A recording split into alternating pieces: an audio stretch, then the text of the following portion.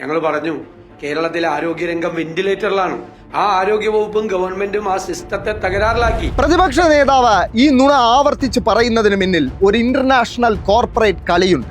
അതെന്താണെന്ന് പറയുന്നതിന് മുമ്പ് കേരളത്തിന്റെ സ്വകാര്യ ആരോഗ്യ മേഖലയിൽ സംഭവിക്കുന്ന മാറ്റങ്ങൾ എപ്പോഴെങ്കിലുമൊക്കെ പ്രൈവറ്റ് ഹോസ്പിറ്റലിൽ പോകുന്ന ഓരോ മലയാളിയും അറിഞ്ഞിരിക്കും. 2021 ശേഷം കേരളത്തിലെ സ്വകാര്യ ആരോഗ്യ മേഖലയിലേക്ക് 2 അമേരിക്കൻ കോർപ്പറേറ്റ് കമ്പനികൾ വലിയ തോതിൽ പണമൊഴുക്കാൻ ആരംഭിച്ചിരിക്കുകയാണ്. ലോകത്ത് തന്നെ ഏറ്റവും വലിയ മെഡിക്കൽ കോർപ്പറേറ്റ് ഭീമന്മാരായ KKR-ഉം ബ്ലാക്ക് സ്റ്റോണുമാണ് ആ 2 കമ്പനികൾ. കേരളത്തിന്റെ തെക്ക് തിരുവനന്തപുരം മുതൽ വടക്ക് മലബാർ വരെയുള്ള നിരവധി പ്രൈവറ്റ് ഹോസ്പിറ്റലുകൾ ഇവർ ഈ കാലയളവിൽ വിലക്കെടുത്ത് കഴിഞ്ഞു. തിരുവനന്തപുരത്തെ കിംസ് ഹോസ്പിറ്റലും എറണാകുളത്തെ ആസ്റ്റർ ഹെൽത്ത് കെയറും ഇപ്പോൾ ഏറ്റവും അവസാനം കോഴിക്കോടുള്ള മൈത്ര ഹോസ്പിറ്റലും ഒക്കെ ഈ 2 അമേരിക്കൻ കോർപ്പറേറ്റ് കമ്പനികൾ ഈ ചുരുങ്ങിയ വർഷത്തിനുള്ളിൽ ഏറ്റെടുത്ത കേരളത്തിലെ സ്വകാര്യ ആശുപത്രികളിൽ ചിലത് മാത്രമാണ്. ഏകദേശം 10,000 കോടിയിലധികം രൂപയുടെ ഇൻവെസ്റ്റ്മെന്റ് കേരളം പോലെ സൗജന്യ ചികിത്സയിൽ രാജ്യത്ത് ഒന്നാമത് നിൽക്കുന്ന ഒരു സംസ്ഥാനത്ത് ഈ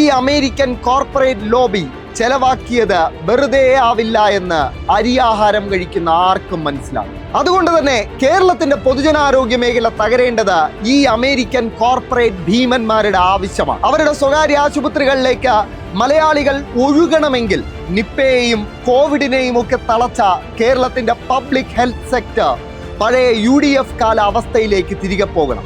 കൃത്യമായി പറഞ്ഞ ഇങ്ങനെയായി മാറും. സംസ്ഥാനത്തെ മെഡിക്കൽ കോളേജുകളിൽ അടിയന്തര പ്രതിവിധി തേടുകയാണ് ഹൃദയ ചികിത്സാ വിഭാഗം. 4000-ഓളം ഹൃദയ രോഗികളാണ് 5 മെഡിക്കൽ കോളേജുകളിലുമായി മാസങ്ങളായി ചികിത്സയ്ക്കായി ഊഴം കാത്തിരിക്കുന്നത്. രോഗം കണ്ടെത്തി 6 മാസമെങ്കിലും കാത്തിരുന്നാലേ വിദഗ്ധ ചികിത്സ കിട്ടും. സമയം രാത്രി 10:30 കഴിഞ്ഞിരിക്കുന്നു. തൃശൂർ മെഡിക്കൽ കോളേജ് അത്യാഹിത വിഭാഗത്തിന് മുന്നിൽ രോഗികളുമായി ആംബുലൻസുകൾ വന്നുകൊണ്ടിരിക്കുന്നു. ശ്വാസം മുട്ടും വയ്യായികയുമായി വന്നതാണ് ഈ അമ്മ. അമ്മയുടെ പ്രാഥമിക പരിശോധനകൾ കഴിഞ്ഞു. സ്കാൻ റിപ്പോർട്ട് വേണം. 1 മണിക്കൂറിന് ശേഷവും സ്കാൻ ചെയ്യാനാവാത്ത കുറിപ്പുമായി കൂട്ടിരിപ്പുകാരനെ ഞങ്ങൾ കണ്ടു. അനാഥരും അവശരുമായ രോഗികളെ മൃതദേഹങ്ങളോടൊപ്പം കിടത്തിയ സംഭവം പുറത്തു വന്നതിനെ തുടർന്ന് അന്വേഷണ വിധേയമായ 2 ജീവനക്കാരെ ജില്ലാ മെഡിക്കൽ ഓഫീസർ സസ്പെൻഡ് ചെയ്തിരുന്നു. തുടർന്നാണ് ഇന്ന് രാവിലെ ആരോഗ്യമന്ത്രി VS ശിവകുമാർ ആശുപത്രി സന്ദർശിച്ചത്. ഇതിനിടെ ആശുപത്രിയിലെത്തിയ മന്ത്രി പ്രതിഷേധം ഭയന്ന് വാർഡ് സന്ദർശിക്കാതെ ആശുപത്രി സൂപ്രണ്ടിന്റെ മുറിയിലിരുന്നു. ഡോക്ടർമാരും വേണ്ടത്ര ജീവനക്കാരുമില്ലാതെ കിതയ്ക്കുകയാണ് സംസ്ഥാനത്തെ പ്രാഥമിക ആരോഗ്യ കേന്ദ്രം മുതൽ ജില്ലാ ജനറൽ ആശുപത്രികൾ വരെ. മണിക്കൂറുകൾ ക്യൂ നിന്ന് ഒടുവിൽ ഡോക്ടറെ കാണാൻ കഴിയാതെ മടങ്ങേണ്ട സ്ഥിതിയുമാണ് രോഗികൾക്ക്. ആശുപത്രികളിലെ ഗ്രേഡ് ഉയർത്തുന്നുണ്ടെങ്കിലും അതിനനുസരിച്ച് നിയമനങ്ങൾ നടത്താത്തതാണ് പ്രശ്നം. പനിപ്പേടിയിൽ സംസ്ഥാനം വിറയ്ക്കുമ്പോഴും മെഡിക്കൽ കോളേജ് ഉൾപ്പെടെയുള്ള സർക്കാർ ആശുപത്രികളിൽ ഡോക്ടർമാരുമില്ല, മരുന്നുമില്ല. ആരോഗ്യവകുപ്പിലും മെഡിക്കൽ വിദ്യാഭ്യാസ വകുപ്പിലുമായി 745 ഡോക്ടർമാരുടെ ഒഴിവുകളുണ്ട്. ഇതിൽ തീരുന്നില്ല ദുരിതം. മരുന്ന് എത്തിക്കാത്തതിനാൽ സർക്കാർ ആതുരാലയങ്ങളിൽ എത്തുന്നവർ വൻ തുക കൊടുത്ത് പൊതുവിപണിയിൽ നിന്ന് മരുന്ന് വാങ്ങേണ്ട ഗതികേടിലുമാണ്. അപ്പോൾ എല്ലാ മലയാളികളും ഈ തെരഞ്ഞെടുപ്പിൽ സൂക്ഷിച്ചു വോട്ട് ചെയ്യും. ഇല്ലെങ്കിൽ ഈ കെട്ടകാലം തിരിച്ചു വരികയും ചെയ്യും.